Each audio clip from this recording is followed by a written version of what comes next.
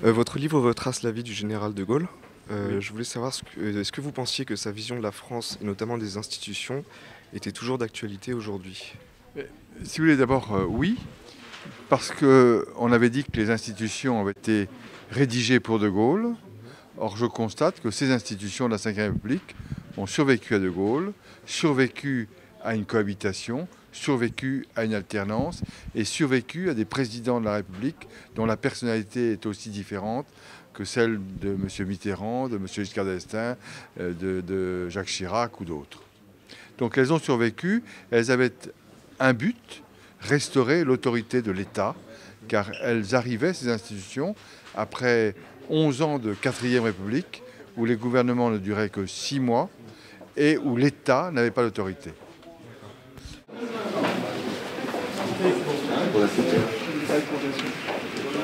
Et à propos de cet héritage du général de Gaulle, est-ce que vous pensez qu'il y a un risque qu'il soit un petit peu instrumentalisé aujourd'hui? Écoutez, oui, et tant mieux.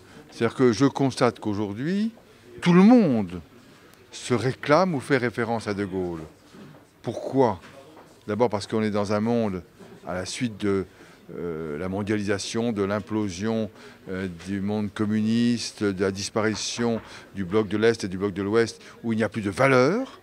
Et donc on retrouve dans le gaullisme un certain nombre de valeurs, mais, et c'est important, le gaullisme doit être réclamé ou revendiqué aussi bien par les hommes de droite que par les hommes de gauche, car il correspond à une vision de la France, une France indépendante, mais qui fait partie d'un certain nombre d'alliances.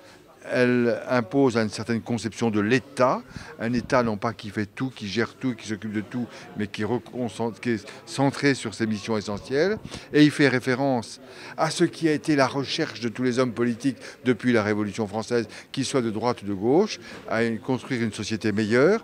Alors De Gaulle, lui, a essayé de progresser, il n'est pas resté dans les incantations. Ça a été d'abord la sécurité sociale, ça a été, à la suite de la résistance, le droit de vote des femmes, ça a été par la suite l'association capital-travail, l'intéressement, la participation, cette recherche permanente d'une organisation sociale qui ne soit pas fondée ou qui ne repose pas uniquement sur la lutte des classes ou sur un libéralisme excessif. Dans votre livre Meurtre à l'Assemblée, vous évoquez les rapports qu'entretiennent la police et les politiques. Oui. Que pensez-vous du rapport qu'entretiennent ces deux autorités aujourd'hui? Aujourd'hui, comme hier et comme demain, les rapports, le couple, un couple à trois, formé par la justice, la police et la politique, n'est pas un couple qui fonctionne bien et qui n'a jamais fonctionné. Pourquoi? Parce que chacun est dans une optique différente. Chacun a un souci d'indépendance ou d'autonomie, mais que l'autre ne supporte pas l'indépendance ou l'autonomie de l'autre. Et donc c'est un couple qui fonctionne mal, qui fonctionne de manière heurtée, et il en était ainsi dans le passé, il en sera ainsi dans l'avenir.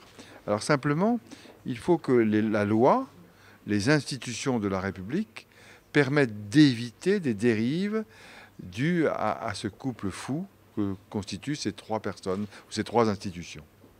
Merci.